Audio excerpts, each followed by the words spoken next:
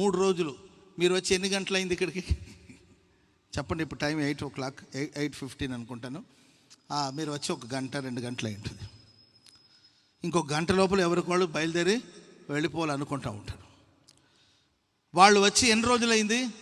3 days నుండి ఏం తిన్నారో ఏం తాగారో తెలీదు, నిద్రపోయారో నిద్రపోలేదో కూడా తెలీదు. 3 దినం నుండి ప్రభు దగ్గర ఉన్నారు వాళ్ళు. 3 రోజుల నుండి ప్రభు దగ్గర ఉన్నారు వాళ్ళు. సరే, శిష్యులు కూడా కనికరం కలిగింది. మనుషులు కూడా మన మీద కనికరం కలుగుతుంది, కలగదా? పక్కన ఒక ఆమెకు ఉక్కపోత వచ్చేసి ఇబ్బంది పడిపోతుంది అనుకోండి, చూసి కనికరం కలుగుతుంది. పిల్లోడు ఏడుస్తూ ఉంటాడు, ఉక్కపోతకి పిల్లోడు ఏడుస్తూ ఉంటాడు. పక్కనే ఒక తల్లి ఉంటుంది, తెలిసిన ఆమె ఉంటుంది. ఆమె కనికరం కలిగి, ఏం పాప ఏడుస్తుందా? కనికరం కలిగి ఏమంటుంది చెప్పండి? తీసుకుని వెనక్కి వెళ్ళొచ్చుగా, నాకు కూడా ఇక్కడ ఇరుగ్గా ఉంది, నువ్వు నా పక్కన కూర్చొని నన్ను వాక్యం వినకుండా ఎందుకు ఆటంకం పడుతున్నావు? చిన్నగా లేసి అటు వెళ్ళొచ్చు కదా. కనికరం కలుగుతుంది మనుషులకి. కనికరం కలిగిన మనుషులు ఉచిత సలహాలు చెప్తుంటారు. ఆమె 2 పిల్లల్ని పెట్టుకొని పాప ఒక తల్లి అల్లాడిపోతుంది. ఒకడికేమో 2 ఏళ్ళు, ఇంకొక చిన్న బిడ్డకేమో 6 నెలలు. పాప ఆమె 2 బిడ్డలతో అల్లాడిపోతుంటే సలహా చెప్పి, అయ్యో అంత తొందర ఏం వచ్చింది, కొంచెం గ్యాప్ తీసుకోవచ్చుగా. ఆవిడకి 2 ఏళ్ళు. అంతలోపల ఇంకొక బిడ్డను కనకపోతే ఏమైంది? ఒక 5 ఏళ్ళు గ్యాప్ తీసుకుంటే బాగుండేది కదా అని ఉచిత సలహాలు ఇలా చెప్పుకుంటూ వెళ్తే చాలా చాలా ఆలోచన, కనికరంతోనే చాలా ఆలోచనలు చెప్తుంటారు కొంతమంది. ఈ శిష్యులందరూ కనికరంగా 3 రోజుల నుండి పాపం ఉసూరని చూడు, అమ్ముల మీద ఒక ఆమె చూడు, అమ్ముల మీద ఒక చూడు, ఉసూరని పాపం, ఇక్కడ కాదు అక్కడ, ఉసూరని పాపం. ఆ ముసలోడు చూడు పాపం ప్రాణం పోయేటట్టు చూడు, పాపం ఎక్కడో గొంతులో ప్రాణం, ఎక్కడో కొర ప్రాణంతో ఉన్నట్టున్నాడు చూడు, అయ్యో పాపం అని శిష్యులు మాట్లాడుకునే, ఆంధ్రయ్య ఇట్రా ప్రభు దగ్గర మాట్లాడదాం. 3 రోజులు ఇక్కడ కూసబెట్టుకుని ఉండకపోతే పాపం వాళ్ళు తిండి తిప్పలకి ఏం తిప్పలు పడతారో. అసలు ఇది అరణ్య ప్రదేశం, మనం వెళ్ళి ప్రభుకు చెప్దామని, ప్రభువా వాళ్ళని చూస్తే ప్రాణం తరుక్కుపోతుందయ్యా, వాళ్ళని చూస్తే గుండె ఆవిరైపోతుందయ్యా, వాళ్ళని చూస్తే కళ్ళు చెమ్మెక్కిపోతుందయ్యా. సరే ఇప్పుడు ఏం చేద్దామంటే వాళ్ళని పంపించవచ్చుగా.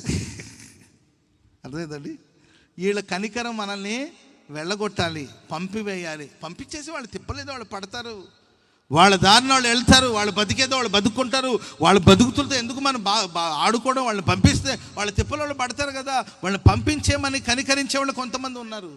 కానీ యేసు ప్రభు అంటాడు, సరేనయ్యా మీరు చెప్పినట్లుగా నేను పంపాననుకో, వెళుతున్నప్పుడు దారి మధ్యలో వాళ్ళు మూర్చపోతే ఎట్లా? ఇక్కడుంటే మనం ఏదో చూడొచ్చు, వాళ్ళ దారిలో ఎక్కడైనా మూర్చపోతే ఎవరు చూస్తారు వాళ్ళని? వాళ్ళు చాలా దూరం నుండి వచ్చినట్టున్నారు. సరే వాళ్ళ దగ్గర ఏమైనా ఉందా అని చూస్తే వాళ్ళ దగ్గర ఉన్నట్టు కూడా నాకు, వాళ్ళ దగ్గర తినడానికి ఏమీ లేనట్టు నాకు కనబడుతుంది. కనుక ఏమీ లేని స్థితిలో ఉన్న వాళ్ళకి ఏదైనా ఇవ్వాలని నేను అనుకుంటున్నాను. వాళ్ళందరికీ ఆహారాన్ని ఇద్దాం. చప్పట్లు కొడదాం అందరు గట్టిగా, గట్టి గట్టి గట్టి గట్టిగా హల్లెలూయా చెప్పండి, గట్టిగా హల్లెలూయా. ఒక ఆకలి గొనిన వాని యొక్క బాధ ఎవరికి అర్థమవుతుంది చెప్పాలి? ఒక ఆకలి గొనిన వాని యొక్క బాధ ఎవరికి తెలుస్తుంది? ఒక ఆకలి కొన్నవాడికి తెలుస్తుంది. ఓ షుగర్ పేషెంట్తో షుగర్తో బాధపడుతున్న వాడి యొక్క బాధ ఇంకెవరికి అర్థమవుతుందండి? ఒక షుగర్ పేషెంట్కి అర్థమవుతుంది. అటు వెంటనే గుర్తుపెట్టి, బ్రదర్ షుగర్ డౌన్ అంటే చాక్లెట్ వేసుకోండి, జేబులో చాక్లెట్లు పెట్టుకుని ఉంటారు షుగర్ పేషెంట్లు. అర్థమైందండి? నిలబడి చెప్పేవాళ్ళకి ఏం తెలుసు చెప్పండి? అడువై అంటుంటారు. ఓ షుగర్ పేషెంట్ బాగా షుగర్ డౌన్ అయినట్టుంది, ఆయన అంతే అంటాడు, కానీ ఈ చాక్లెట్ వేసుకో షుగర్ పెరుగుతుంది. ఒక షుగర్ పేషెంట్ బాధ ఒక షుగర్ పేషెంట్కి తెలుస్తుంది. ఒక ఆడపిల్ల కష్టం మరొక ఆడపిల్లకి అర్థమవుతుంది. ఒక బాధపడిన వాడి యొక్క బాధ మరొక బాధపడిన వాడికే తెలుస్తుంది. ఓ ఆకలికి ఆగలేని వాడి యొక్క బాధ ఆకలితో ఆగలేకుండా ఉన్నవాడికి తెలుస్తుంది ఆ బాధ. వాళ్ళు తిననేమీ లేనందున ఆయన దగ్గర ఉన్నారు, వాళ్ళు ప్రభు దగ్గర ఉన్నారు. తినడానికి ఏమీ లేదండి, అసలు ఖాళీ. మేబీ వచ్చేటప్పుడు తెచ్చారేమో, దారిలోనే అయిపోయి ఉంటుంది. 3 రోజులు అయింది, ఏముంటుంది చెప్పండి? 3 రోజులు తెచ్చింది ఏమో, ఆ మొదటి రోజు తినేసి ఉంటారు. గుడారాల పండుగ వస్తారు, ఎక్కడెక్కడ నుండో వస్తారు, ఏదో కొంచెం తెచ్చి ఉంటారు. ఒక పూటకో అరపూటకో అయిపోయి ఉంటుంది. తెచ్చుకొనే ఉంటారండి, అయిపోయి ఉంటుంది అంతా. తినడానికి ఇప్పుడు ఏమీ లేదు, ఖాళీ చేతులతో ఉన్నారు, ఖాళీ సంచులతో ఉన్నారు. ఏమీ లేదా, బ్యాంకులో బ్యాలెన్స్ లేదా, ఇంట్లో సరుకులు లేవా, పిల్లలకి ఫీజులు కట్టే స్తోమత లేదా? హాస్పిటల్ బిల్ పే చేసే స్తోమత లేదా? ఏమి చేయలేని స్థితిలో, ఏమి లేని స్థితిలో మీరున్నారా? అద్దె కట్టుకోలేక అల్లాడిపోతున్నారా? వడ్డీ కట్టుకోలేక బాధపడిపోతున్నారా? ఏమి లేని స్థితిలో మీరున్నారా? మీ స్థితి ప్రభువుకు తెలుసండి. ఆమె చెప్పండి గట్టిగా. ఎందుకు యేసయ్యకి తెలుసు అంటే, ఆయనకు ఒకరోజు ఆకలి వేసింది. ఆయనకు ఒకరోజు విపరీతమైన ఆకలి వేసింది. అప్పటికి ఆయన భోంచేసి ఎన్ని రోజులు అయింది తెలుసండి? 40 రోజులు అయింది. ఆయన ఆకలి కొనగా అపవాది వచ్చి, నీవు దేవుని కుమారుడు అయితే ఈ రాళ్లను రొట్టెగా చేసి తినమని చెప్పాడు. సో ఆకలిలో అపవాది వచ్చి శోధిస్తుంటే ఏమి చెయ్యాలో తోచని పరిస్థితి. మొత్తం మీద సాతాన్ని జయించాడు ప్రభు. ఆకలి బాధ ఆయనకు తెలుసు, ఆకలి వేదన ప్రభువుకు తెలుసు. ఇప్పుడు కూడి వచ్చిన వాళ్ళందరూ ఆకలితో అలమటిస్తున్నారు. వాళ్ళ దగ్గర ఏమీ లేదు, ప్రభువుకు తెలుసండి. అందుకే అంటాడు, వీళ్ళని ఇలాగే నేను వట్టి చేతులతో పంపను, వాళ్ళ ఆకలి తీర్చే ఇక్కడ నుండి నేను పంపబోతున్నాను. చెప్పలు కూడా మందరు గట్టిగా గట్టి గట్టి గట్టి గట్టిగా హల్లెలూయా. ఆయన కనికరం మన అవసరాలు తీరుస్తుంది. ఆమె చెప్పండి అందరు గట్టిగా, చెప్పండి గట్టిగా హల్లెలూయా. ఆయన కనికరం మన అవసరాల్ని తీరుస్తుంది. ప్రేమైన వాళ్ళారా, మరి ఏదో అవసరాలతో అక్కర్లతో ఇక్కడికి వచ్చావేమో. ఏమీ లేని స్థితిలో ఉన్నావా?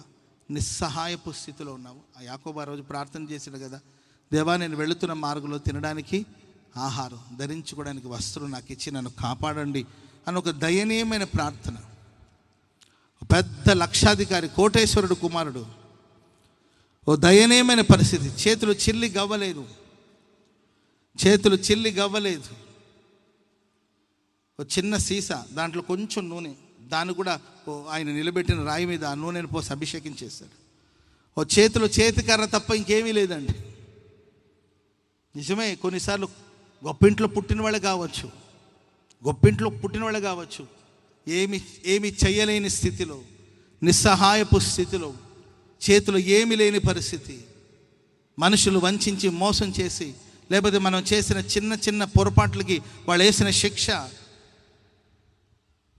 తను చేసేదో చిన్న పొరపాటు, చిన్నదో పెద్దదో మొత్తం మీద తప్పు జరిగింది. ఆ తప్పును దిద్ది మందలించి బుద్ధి చెప్పి సరిచేసి బాగు చేస్తుంటే బాగుండేదేమో. ఎందుకంటే ఆ తల్లిదండ్రులు ఆ పరిస్థితుల్లో ఏమి చేయలేని పరిస్థితులు ఒట్టి చేత్తో అతని ఇంట్లో నుండి తరిమేశారు. అప్పటికి ఆ పరిస్థితి సాల్వ్ అయితే చాలు అని అతను ఒట్టి చేత్తో ఇంట్లో నుండి తరిమేశారు బయటికి. కట్టుబట్టతో ఆయన ఇంట్లో నుండి బయటపడ్డాడు. రోజు 2 రోజులు కాదండి, రోజుల తరబడి ప్రయాణం చేశాడు. అది భీకర ధ్వని కలిగిన పాడైన ఎడారులు, దొంగలు ఉన్నారు ఆ దారిలో, అక్కడ కాపుదల లేదు, సంరక్షణ లేదు, భయంకరమైన ఎడారులవి, క్రూర మృగాలు, అడవి జంతువులు సంచరించే ప్రదేశాలు, విషసర్పాలు సంచరించే ప్రదేశాలు, పాము తేళ్లు సంచరించే భీకరం కలిగిన పాడైన ఎడారి కలిగిన ప్రదేశం అది.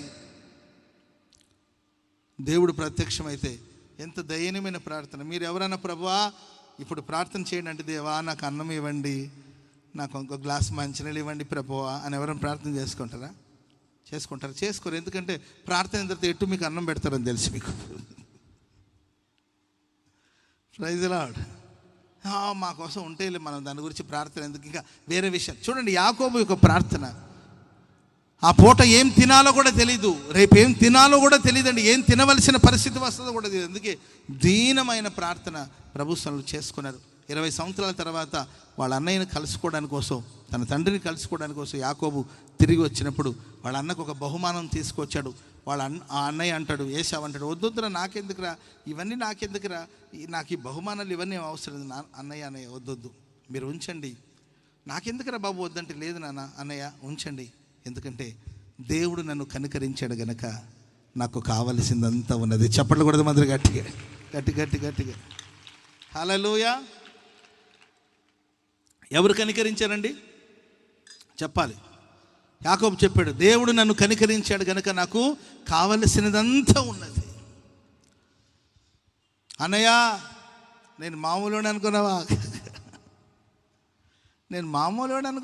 నా వాయిస్ మామూలు వాయిస్, ఆ మెటాలిక్ వాయిస్ నాది. నా తెలివి మామూలు తెలివి అనుకుంటావా? 20 ఏళ్ళలో ఎంత సంపాదించాను చూసావా అన్నాడండి. అన్నయ్య మహానాగ్గా అసలు 4 ఏళ్లలో మొత్తం సంపాదించా, ఊడి చేశాను అని అన్నాడండి.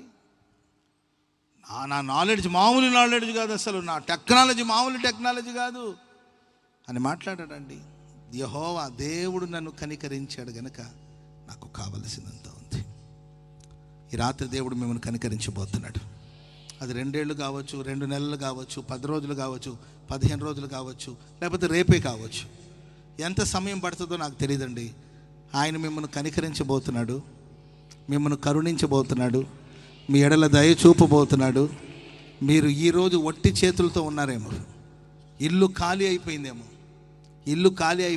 ఒళ్ళు గుళ్ళు అయిపోయిందేమో, ఆరోగ్యం లేదేమో, స్వస్థత లేదేమో, క్షేమం లేదేమో, సమస్యల సుడిగుండాల్లో ఉన్నారేమో, గుండెను గుప్పెట్లు పెట్టుకొని ప్రయాణం చేస్తున్నారేమో, భయంతో వణుకుతున్నారేమో, నీ పక్షాన ఎవరు లేరేమో, నీ పక్షాన మాట్లాడడానికి మనుషులు లేరేమో, ఎటు చూసిన భయంతో వణికిపోతున్నావేమో, ఏ చిన్న శబ్దం వచ్చినా హడాలెత్తిపోతున్నావు, అధైర్యపడిపోతున్నావేమో, ఎటు చూసిన చీకటి, ఎటు చూసిన అంధకారం, అయోమయంగా ఉంటుందేమో బ్రతుకు, ఏ నరుడు కనబట్టలేదేమో, ఏ మనుషుల స్వరం వినబట్టలేదేమో. అధైర్యపడదండి, దేవుడు నిన్ను కనికరిస్తాడు. అది 2 రోజులు కానీ, 2 వారాలు కానీ, 2 నెలలు కానీ, ఓ రోజు రాబోతుందండి, ఒక నిర్ణయం కాలం రాబోతుంది. ఆ రోజు ధైర్యంగా నీవు నిలబడబోతున్నావు. నీ వెనకల ఒక గొప్ప సైన్యం నిలబడబోతుంది.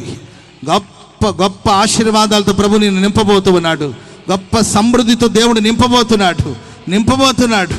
మనుషులు అడుగుతారు, ఏంటయ్యా ఈ సంపద ఏంటి, ఈ సమృద్ధి అంటే, దేవుడు నన్ను కనికరించాడు గనుక ఈరోజు నాకు కావలసిందంత ఉంది. ఆమెను చెప్పండి గట్టిగా. ఏమ్మా సమాధానంగా ఉన్నామంటే సమాధానంగా ఉన్నానయ్యా. అమ్మా హెల్తీగా ఉన్నామంటే హెల్తీగా ఉన్నాను. అమ్మా బ్యాంకులో ఏమైనా బ్యాలెన్స్ ఉందా, ఎంత ఉంది బ్యాలెన్స్ అంటే, అయ్యా ఉండొచ్చాయి ఒక 3 కోట్లు. Praise lord. అమ్మ మరి 3 ఏళ్ల క్రితం మరి మీరు చాలా ఇబ్బందులు. నిజమేనయ్యా, 3 ఏళ్ల క్రితం మేము బొట్టి చేతులతో, ఖాళీ చేతులతో చాలా ఇబ్బంది పడిపోయామేమో, కానీ దేవుడు మమ్మల్ని కనికరించాడు బాబు. మా గిన్నె నిండి పొంగి పొర్లేటట్లుగా మమ్మల్ని ఆశీర్వదించాడు, మా ప్రయత్నాల్ని ఆశీర్వదించాడు, మా సర్వ ప్రయత్నాలను ఆశీర్వదించాడు, మేము చేయునదంతా సఫలం చేశాడు. ఈరోజు మాకు కావలసిందంతా ఉన్నది. ఆమేన్. చెప్పండి గట్టిగా హల్లెలూయా.